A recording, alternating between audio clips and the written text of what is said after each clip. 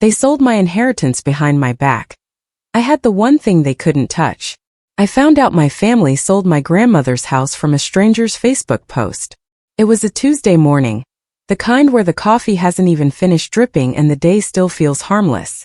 I was scrolling through a local buy and sell group out of habit, the way you scroll through anything when your hands need something to do before work. And there it was. A photo of the wraparound porch I used to sit on every summer of my childhood, the one with the loose third step that my grandfather never got around to fixing. Underneath it, a caption from a woman I had never met. So excited to close on our dream lake house next month. Thank you to the sellers for such a smooth process. I read it twice, then a third time because my brain kept trying to reject it, the way you reject a word that suddenly looks wrong even though you've spelled it correctly 1,000 times before. That house wasn't for sale. That house couldn't be for sale. My grandmother had been gone for 4 months, and the estate hadn't even finished moving through probate, or so I believed, because that's what my mother had told me the last time I asked. These things take time, sweetheart. Lawyers are slow. Don't worry about it. I hadn't worried about it. I had trusted her. That was my first mistake, though it would be far from my last. I want to tell you up front that I am not a dramatic person. I don't raise my voice in arguments. I don't slam doors. If you met me at the grocery store, you would think I was the kind of woman who apologizes to inanimate objects when she bumps into them, and you would be right. So when I tell you what happened next, understand that everything I did quietly. Because sometimes the quietest people are the ones who are paying the closest attention. My name doesn't matter for this story, not really, but you should know a few things about my family before I go further, because none of what happened makes sense without the backdrop. I was the middle child. My older brother Daniel was the golden one, the one who got the good grades without trying and the good jobs without networking and the good luck without ever once seeming to notice he had it. My younger sister Marisol was the baby, still treated like she was 12 even though she was 31 with 2 kids of her own. And me, I was the one who showed up. That was my role in the family. Unofficial but understood by everyone including myself. I was the one who drove 3 hours every other weekend to sit with our grandmother when her hip started failing. I was the one who learned how to manage her medications, how to talk to her doctors, how to sit with her at 2 in the morning when the pain kept her from sleeping and she wanted to talk about her husband who had been dead for 11 years. My grandmother's name was Eleanor, and she was the sharpest woman I have ever known, right up until the last few weeks of her life. She built that lake house with my grandfather in the early 70s, back when the land out there was cheap and nobody wanted to be that far from the city. She used to tell me stories about hauling lumber up the gravel road in the back of an old truck, about my grandfather building the stone fireplace by hand because they couldn't afford to hire it done. That house wasn't just a building to her. It was proof that 2 people with nothing had made something that lasted. She told me once, sitting on that porch with a blanket over her knees even though it was July, that the house would go to whoever loved it the way she did. I didn't think much of it at the time. I thought it was just something a grandmother says to make a grandchild feel special for an afternoon. I didn't know she meant it literally. I didn't know she'd already done something about it. When she passed, it was peaceful at least. I was there. Daniel came for the last 2 days once it became clear it was close, and Marisol came for the funeral. My mother, Eleanor's daughter-in-law, handled what she called the logistics, which in hindsight is a phrase I should have paid more attention to. She was the one who took the folder of estate paperwork from the lawyer's office. She was the one who told us all not to worry about anything, that she would handle the details so the rest of us could grieve properly. I want to be fair here because fairness matters to me even now, even after everything. My mother was not a cartoonish villain. She didn't cackle in doorways or twirl an invisible mustache. She was efficient and she was controlling, and she had spent 30 years believing that keeping information close to her chest was the same thing as keeping the family together. She thought she was protecting us. I understand that now. Understanding it doesn't make it forgivable, but it makes it human, and I think that's important to hold on to. For 4 months after the funeral, whenever I asked about the house, I got some version of the same answer. The lawyer was reviewing things. The county was backed up. There were tax matters to sort out. I believed all of it because I had no reason not to. Because when someone you've trusted your entire life tells you something calmly and consistently, you don't go digging for the lie underneath it. You go about your week. You go to your job. You let your guard down. That Tuesday morning, staring at a stranger's Facebook post about a house I had grown up in, my guard came up so fast it gave me whiplash. I called my mother immediately. She didn't answer. I called again 20 minutes later. Still nothing. By the third call, my hands were shaking. Not from anger yet. Just from the particular kind of dread that comes from realizing the story you've been told doesn't match the world in front of you.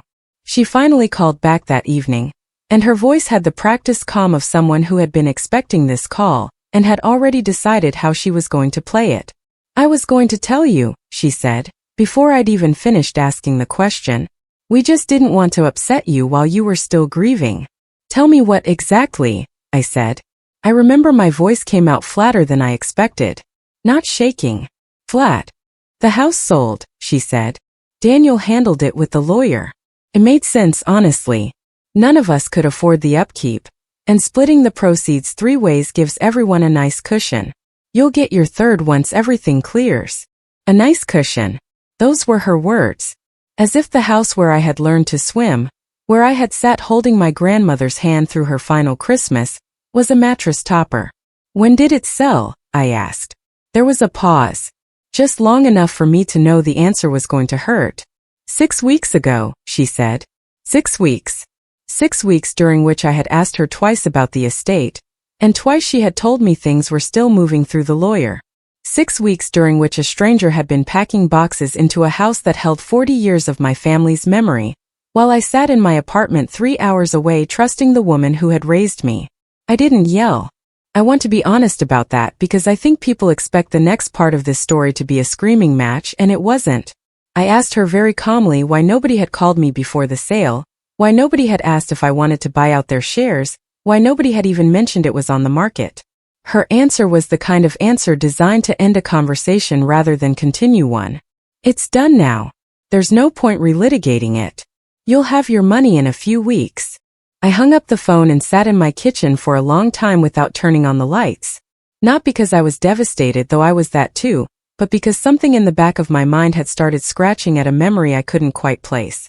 Something about the last time I'd visited my grandmother, in her final lucid week, when she'd asked me to bring her the small cedar box from her closet shelf, the one with the brass clasp that never quite latched properly. I hadn't thought about that box in months. I thought about it now. The next morning I drove the 3 hours out to what used to be my grandmother's house, even though I knew it was pointless, even though I knew there was nothing left there that belonged to me. I just needed to see it. I needed to stand in the driveway and confirm with my own eyes that this had actually happened, because some part of me was still hoping the Facebook post had been about a different lake house, a different porch, a different life. It was the same house. There was a for sale sign lying on its side in the tall grass by the mailbox, the kind that gets taken down after closing but nobody bothers to remove for another week or two. There were new curtains in the front window. A child's bicycle leaned against the porch railing, right at the spot where I used to sit with my grandmother and watch the sun go down over the water. I stood in that driveway for almost 20 minutes. I didn't cry, though I expected to. I just felt this strange, hollow clarity settling into my chest, the kind of clarity that comes right before you decide to stop being passive about your own life. I drove home and I called the only person in my family who had never once lied to me. My grandmother's lawyer, a soft-spoken man named Warren Hutchins who had handled her affairs for almost 30 years and who had always treated me, even as a child, like someone whose opinion mattered. I asked him directly, was there anything separate from the main estate? Anything that hadn't been part of what Daniel and my mother had handled? There was a long pause on the line. Long enough that I almost thought the call had dropped. "I think," he said slowly, "we should have this conversation in person." That sentence alone told me more than any document could have. Lawyers don't ask for in-person meetings about nothing. They ask for in-person meetings when the truth is complicated enough that it needs a room, a chair, and eye contact. I drove to his office 2 days later. It was a small practice above a hardware store in the town nearest the lake, the kind of office with wood paneling that hadn't been updated since the 80s and a secretary who had clearly worked there since before I was born. Warren greeted me with a handshake that lingered a second too long. The handshake of a man bracing someone for bad news, or possibly good news that comes wrapped in guilt. He opened a drawer and pulled out a manila folder, thicker than I expected, and set it on the desk between us without opening it right away. Your grandmother came to see me about 14 months before she passed, he said. Alone. She specifically asked that this visit not be added to the family's shared file, the one your mother had access to as her occasional point of contact for scheduling. I felt my stomach tighten. What did she do? She created a separate trust, Warren said. A standalone document, entirely apart from the will your mother and brother handled through probate. It concerns a parcel of land behind the main house. 2 acres, plus the boathouse and the dock. I remembered that boathouse. I remembered it very specifically, because it had been my favorite place on the entire property as a child, a small weathered building down by the water where my grandfather kept his old fishing gear, and where my grandmother used to let me nap in a hammock strung between 2 support beams on hot afternoons. Nobody else in the family had ever cared much for it. Daniel thought it smelled like mildew. Marisol was afraid of the spiders. It had always just been mine, in the unspoken way that children claim spaces nobody else wants. She subdivided the property, Warren continued, legally, cleanly, through a licensed surveyor about 16 months before she passed. The main house and the surrounding 4 acres went into the general estate, which is what your mother and Daniel sold. But the 2 acres with the boathouse and dock were placed into an irrevocable trust, naming you as sole beneficiary. I sat there for a moment just absorbing the shape of what he'd said, the way you absorb news that is technically simple but emotionally enormous. Why wasn't I told? I asked. She asked me to hold the documents and only present them to you if, and I'm quoting her fairly closely here, the rest of them ever decide to move without her. Warren opened the folder and slid it toward me. She said if the family handled the estate honestly and included you in every decision, there'd be no need for you to know about this separately. It could simply be folded into a broader conversation about honoring her wishes. But if they didn't, he didn't finish the sentence. He didn't need to. Inside the folder was the trust document itself, notarized, witnessed by 2 names I didn't recognize, dated 14 months before her death. There was also a survey map showing the subdivided parcel with the boathouse and dock clearly marked, the property lines drawn in a way that made it undeniable, unchallengeable, entirely separate from the main house that had just been sold to a stranger who was excited about her dream lake house. And there was a letter. Handwritten in my grandmother's careful, slightly slanted cursive, folded into thirds and slightly yellowed at the creases from having sat in a drawer for over a year. Warren gave me privacy to read it. I want to share as much of it as I remember, though I won't pretend I can recite it word for word, because I've read it so many times since that the exact phrasing has started to blur into something more like memory than text. She wrote that she loved all 3 of her grandchildren, and that she didn't want this to be read as a punishment against Daniel or Marisol. But she said she had watched, quietly for years, the way families sometimes reward the children who ask for the least and overlook the ones who simply show up. She wrote that she had seen the pattern forming even before she got sick, the subtle way decisions in the family always seemed to route around me, the way my presence was expected but my voice was optional. She said she didn't want to start a war from beyond the grave. She just wanted to make sure that whatever happened, I would always have a piece of that land that was mine and mine alone, a place nobody could vote me out of, a place that couldn't be sold out from under me by people who assumed my patience was the same thing as my consent. I sat in that office and I cried for the first time since finding out about the sale. Not from anger. From something closer to relief, the specific relief of being seen by someone who is no longer alive to hear you say thank you. Warren gave me a moment before continuing. There's something else you should know, he said. The main house sale created a complication your mother and brother likely haven't fully considered yet.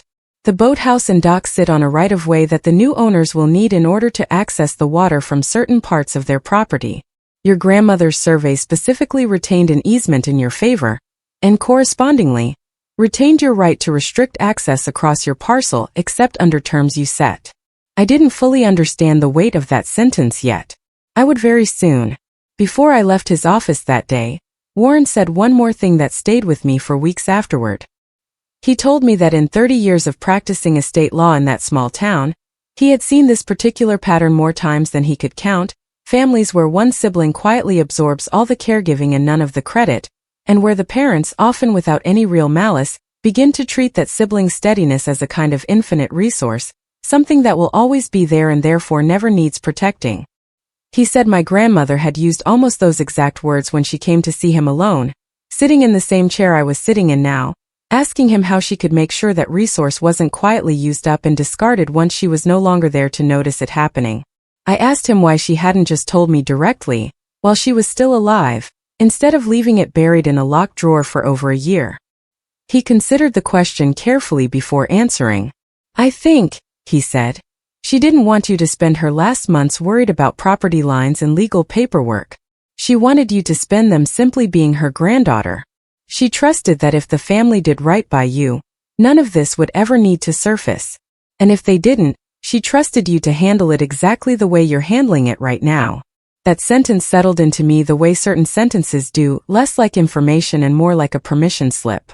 I didn't have to feel guilty for what came next.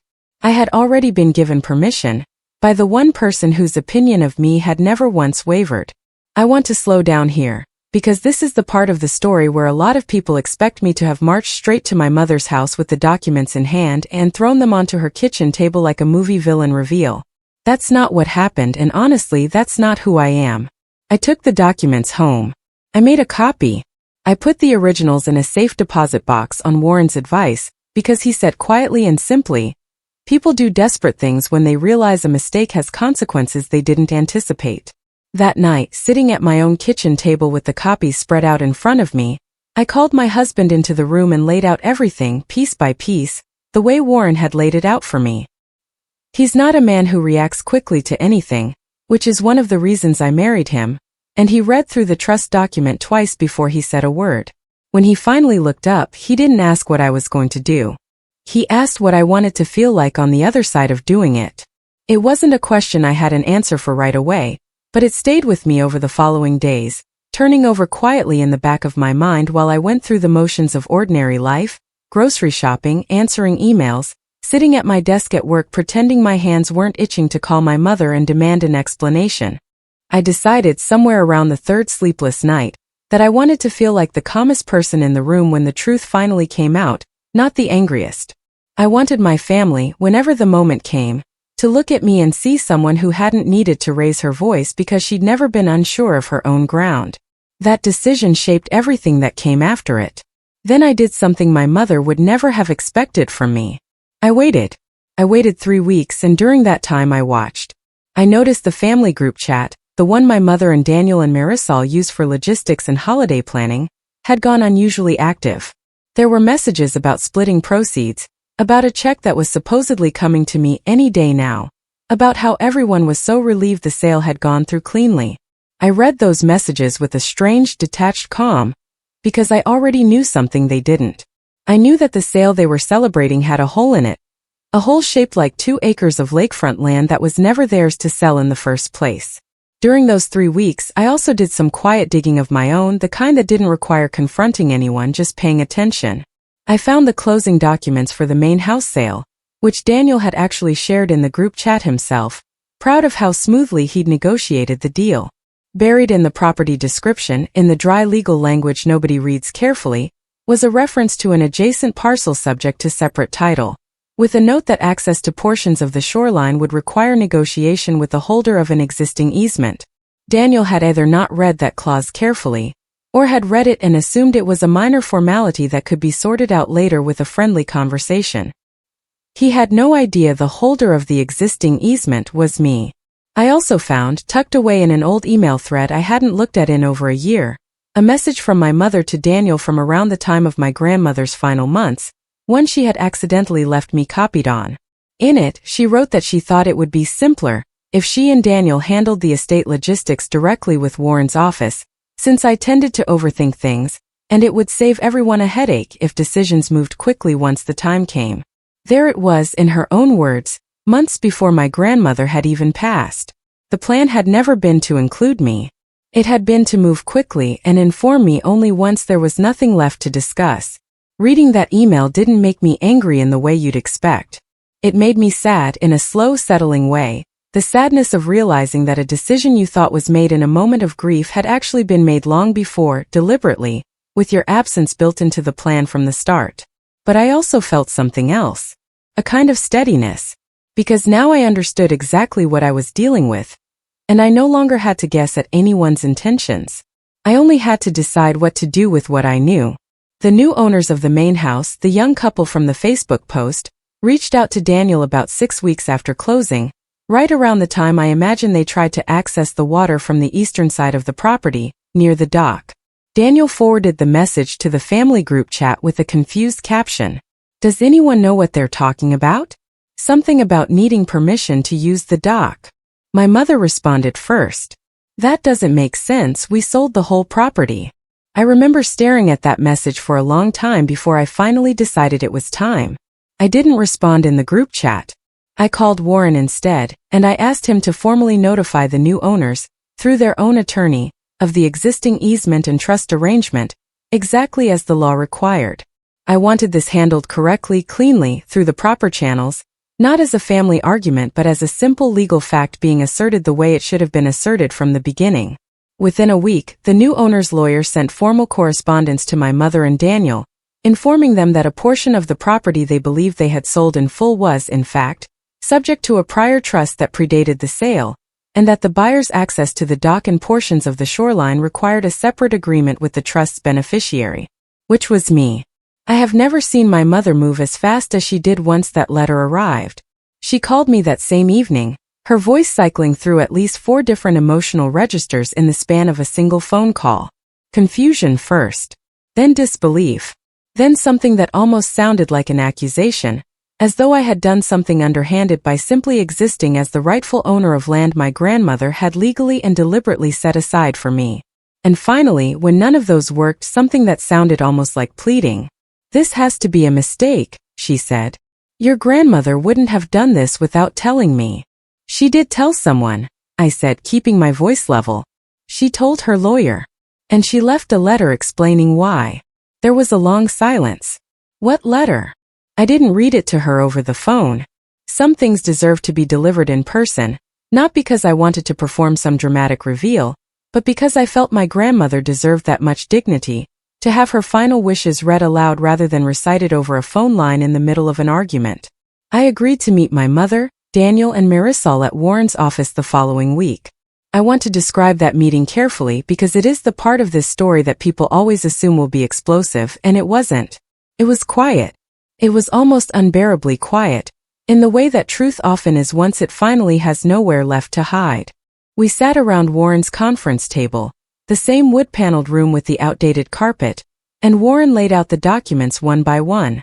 The trust, the survey, the easement, and finally my grandmother's letter, which he read aloud himself at my request, because I didn't trust my own voice to make it through without breaking. I watched my mother's face as he read it. I watched the exact moment the sentence about the way decisions in the family always seem to route around me landed, because her jaw tightened and her eyes dropped to the table and stayed there for a long moment. Daniel didn't say much. He kept turning the survey map over in his hands, tracing the property line with his finger as though doing so might make the boathouse migrate back onto his side of it. Marisol, who had been the least involved in the sale and genuinely seemed to have known nothing about any of it beforehand, just looked at me with an expression I hadn't seen from her since we were children, something between guilt and disbelief. For a long moment nobody spoke. The only sound in the room was the faint hum of the office's old air conditioning unit and the soft rustle of Daniel setting the survey map back down on the table. I remember noticing in that silence how strange it felt to finally be the one holding still, while everyone else scrambled to catch up to a version of events they hadn't seen coming. "You could have just told us," Daniel finally said, not quite meeting my eyes, "before we listed the house. If you knew you had a claim on part of it, you could have said something." "I didn't know," I said, keeping my voice even. "I found out the same way you're finding out now. Through a letter I wasn't supposed to need." "That's not fair," my mother said quietly. "None of us knew Eleanor had done this." "I understand that," I said. "But I think it's worth asking why she felt she had to do it at all. She didn't hide this from Daniel or from Marisol, or from you because she didn't trust lawyers. She hid it because she didn't trust that I'd be included if she left the decision to the 3 of you." My mother opened her mouth to argue, then closed it again. I watched something shift in her expression, not quite acceptance, but the first flicker of a woman recognizing that the story she'd been telling herself for months had a hole in it she couldn't patch over anymore. "So what happens now?" she finally asked, her voice smaller than I had ever heard it. I told her the truth calmly, the way I had planned it in the quiet weeks before this meeting. I wasn't interested in punishing anyone through the courts, though I certainly could have. I wasn't interested in blocking the new owners from ever using their dock, because that felt like it would only hurt people who had done nothing wrong except buy a house in good faith. What I wanted was simple, and I said it plainly. I wanted the record corrected. I wanted everyone, including the new owners, to understand clearly and permanently that the boathouse and the 2 acres around it belonged to me, free and clear, as my grandmother intended, and that any use of my easement would happen only with my knowledge and my agreement going forward. And I wanted my third of the proceeds from the main house sale, the third that had already been promised to me and that I was, by law and by fairness, entitled to regardless of the separate trust. I did not ask for an apology. I have learned that demanding an apology rarely produces a sincere one, and I had stopped needing my mother's remorse to validate what I already knew to be true. If it came, it came. If it didn't, I would still be standing on solid ground, quite literally, on 2 acres of lakefront land that no one could ever again quietly sell out from under me. The negotiation with the new owners turned out to be simple and, honestly, pleasant. They were mortified to learn what had happened, horrified that they had unknowingly been part of a sale that excluded a family member from land that was rightfully hers. We worked out a fair, permanent access agreement for the dock, one that respected both their use of the water and my ownership of the boathouse, and in the years since we've actually become friendly neighbors. They wave when I pull into the gravel drive that leads to my little slice of the property. Their kids have asked me wide-eyed whether the boathouse used to belong to a witch, because apparently that's the story that circulates in a small town when a woman shows up alone to claim 2 acres of land nobody knew existed. I rebuilt the boathouse slowly over the following year, keeping the original stone foundation my grandfather had laid by hand, replacing the rotted beams but keeping the shape of it exactly the same. I hung a hammock between the same 2 support posts where I used to nap as a child. On summer evenings, I sit on a small deck I added facing the water, and I think about my grandmother, about the quiet, deliberate way she made sure that even after she was gone, someone would still be looking out for me. As for my family, things didn't resolve into some tidy sitcom-perfect reconciliation, and I think that's actually the more honest ending. My mother and I speak, but carefully now, the way you speak to someone after you've learned they were capable of something you didn't think they were capable of. She did eventually apologize, months later, in a quiet, halting way that felt more genuine than anything she'd said in that conference room. She told me she had convinced herself that moving fast was kindness, that she thought she was sparing me from painful logistics rather than excluding me from decisions that were mine to be part of. I believe that she believes that. I'm not sure it changes what it cost me to learn otherwise. Daniel and I are still working on it. He was the one who actually handled the sale, the one who signed the paperwork without ever once picking up the phone to ask me what I thought should happen to a house I had spent more time in over the last decade than he had. He's tried, in his own limited way, to make amends, mostly by including me in decisions he used to make unilaterally, small things like which contractor to hire for a family project or how to split a shared expense. It's not everything, but it's something, and I've learned that something honest is worth more than a grand gesture built on guilt. Marisol and I actually grew closer, oddly enough. She told me, crying, that she had felt pushed aside too, in smaller ways her whole life, just never enough to notice the pattern until she watched it happen to me in such an undeniable way. We talk more now than we ever did growing up. I think about my grandmother's letter often, especially the line where she said she didn't want this to start a war. It didn't. Not really. What it did was force a family that had operated for decades on assumptions and shortcuts to actually look at itself honestly, maybe for the first time. Some of what it saw wasn't flattering, but looking at it honestly was the only way anything was ever going to change. People ask me sometimes if I regret not confronting my mother the moment I found out, if I regret waiting those 3 quiet weeks instead of showing up at her door with documents in hand and anger in my voice. I don't. I think there's a kind of power in moving slowly when everyone around you expects you to explode, in gathering the truth carefully instead of reacting to the first flash of it. My grandmother taught me that, without ever having to say it directly.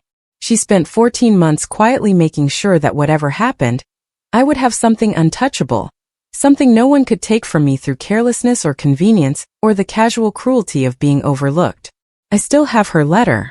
I keep it in the same cedar box with the brass clasp that never quite latches, The one she asked me to bring her in her final lucid week. I understand now what she was doing that day, though I didn't at the time. She wasn't just asking for a box. She was making sure I knew where to look eventually when I needed to find it. Last summer, on the anniversary of my grandmother's passing, I invited the whole family out to the boathouse for the first time since I'd finished rebuilding it. It felt like a small risk opening that particular door, but I wanted them to see what had come from all of it, not just the legal victory but the actual physical place restored and standing and full of light in a way it hadn't been in years. My mother walked the new deck slowly, running her hand along the railing, and stopped at the spot where the hammock hangs between the two support posts. She didn't say much, but she stood there for a long time, looking out at the water, and when she finally turned around there were tears in her eyes that she didn't try to hide from me. Daniel brought his kids, and I watched them race down to the dock the way I used to race down as a girl, and something in that image settled a part of me I hadn't realized was still unsettled. Marisol brought a bottle of wine and we sat on the deck until the sky went orange, talking in a way we hadn't talked in years easily, without the old careful distance between us. I don't think my family and I will ever go back to being the family we were before any of this happened, and honestly I've made my peace with that because the family we were before wasn't one that was working for me anyway, even when I couldn't quite name why. What we have now is smaller in some ways and more honest in others. Nobody assumes my patience is a bottomless well anymore. Nobody tells me not to worry about the details while quietly deciding those details without me. If nothing else, that shift alone has been worth everything it cost to get here. The boathouse is mine now, truly mine in every sense of the word. Not because I fought loudly for it, but because someone who loved me made sure that quiet, careful love could survive even after she was gone. And in the end, that turned out to be the one thing nobody in my family could ever sell, hide, or take away from me.